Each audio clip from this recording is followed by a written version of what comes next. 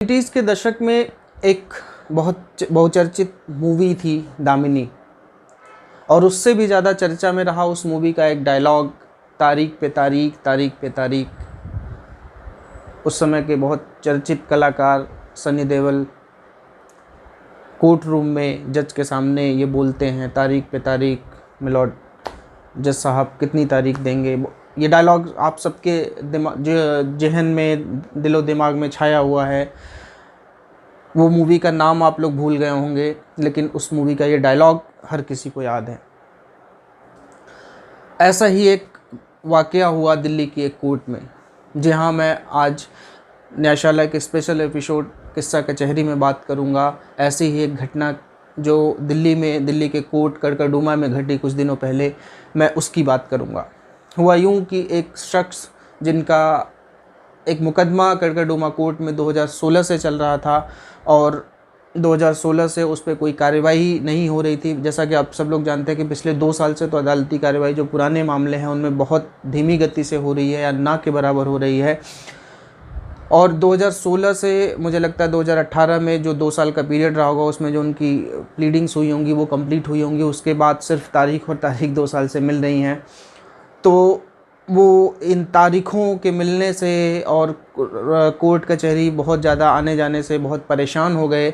और जब वहाँ से जो कोर्ट मास्टर होते हैं जज साहब के पास, उन्होंने अगली तारीख दी, तो अगली तारीख सुनते ही उन्हें शायद वो दामिनी मूवी देख के आए होंगे या दामिनी मूवी का वो डायलॉग याद आ गया होगा, और वो अपनी सीट से उठ के चिल्लाने लगे, तारीख पे तारीख, तारीख पे तारीख, ये आप क्या कर रहे हैं, इस कोर्ट में क्या चल रहा है, और ये कोर्ट का आपने मजाक बना रखा है। और आसपास की चीज़ों को वो थोड़ा नुकसान पहुंचाया उन्होंने। फिर कोर्ट मास्टर ने तुरंत पुलिस को तलब किया, पुलिस आई, और ये तारीख पे तारीख उनको महंगा पड़ गया, और विभिन्न धाराओं में उन पर मुकदमा दर्ज हो गया। IPC 186, 353, 427, 506, इन 4 धाराओं के तहत उन पर मुकदमा दर्ज हो गया है, और पुलिस उनको गिरफ्तार लेके थाने ले गई।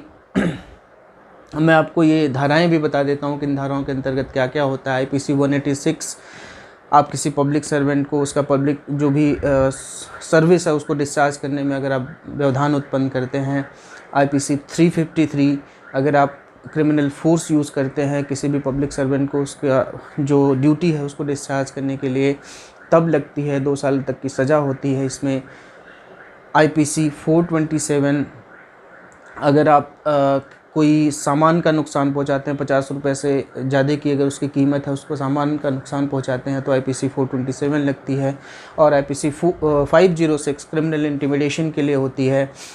तो ये चारों धाराओं के तहत फ़िलहाल उन्हें बुक कर लिया गया है। फ़िलहाल वो हो सकता है वो ज़मानत पर रिहा हो गए हों, क्योंकि ये बिलेबल ऑफेंसेस हैं।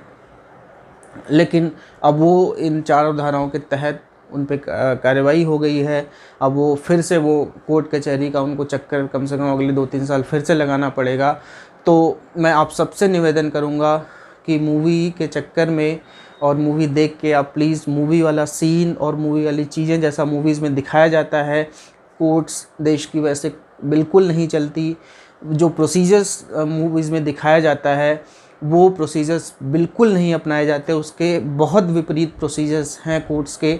तो प्लीज़ जो भी आप कोर्ट्स में जाते हैं तो कुछ भी करने से पहले आपके जो कानूनी सलाहकार हैं, आपके जो वकील साहब हैं, उनसे ज़रूर सलाह लें, और कोई भी ऐसी हरकत ना करें जिससे आपको इस तरीके की परेशानी का सामना करने पड़े।